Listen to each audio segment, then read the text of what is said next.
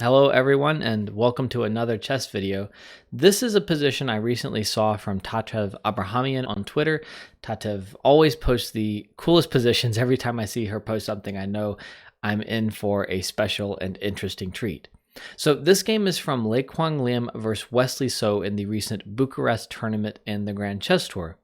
In this position, Quang Liem played bishop d8, which is a very threatening move. If I make a nonsense move for black, say pawn to a5, then queen check, king up, bishop check, and I have discovered an attack on the black queen. I pick the queen off, I win the game. The problem is that after bishop to d8, black can take here on h3.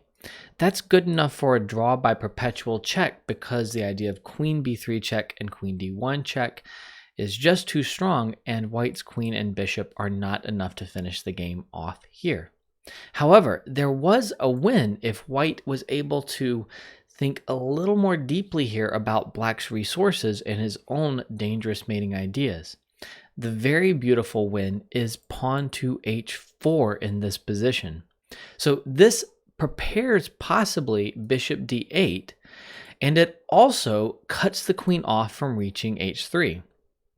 First, if the queen takes on h4, there's very simply any queen check here, and after the king comes up, we have a very nice bishop and queen checkmate. Classic. Not too difficult, though. On the other hand, if black takes on h4, and I should say that if black doesn't take on h4, we should basically consider this position winning if white is able to play h5 and establish a very powerful protected pass pawn. So we're going to try pawn takes h4 in this case, but after bishop d8 here, now we're winning because black's queen no longer has access to h3 because the pawn is in the way. So we're still threatening queen check and then bishop check to win the black queen over here. The queen does not have a lot of squares in this position. Let's try two things. One, moving the queen, and another, moving the king. First off, if we try moving the queen up here to h6, we simply give queen c8 check, king up, and pawn a5.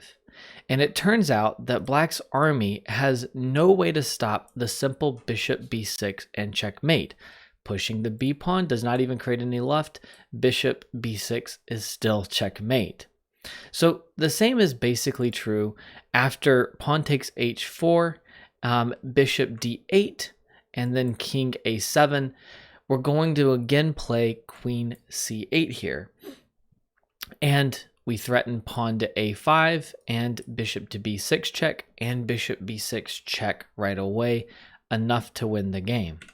If we back up for a moment, and in this position we try pawn to a5 first, now black has a defense, which Stockfish is pointing out. Very, very clever.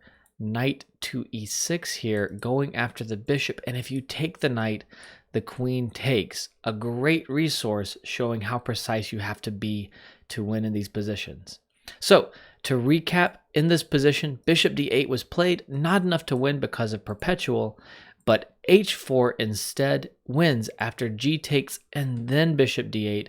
The queen can no longer reach the squares to give a perpetual, and the idea of queen c8 check, pawn a5, and bishop to b6 checkmate is just too much, and white wins the game.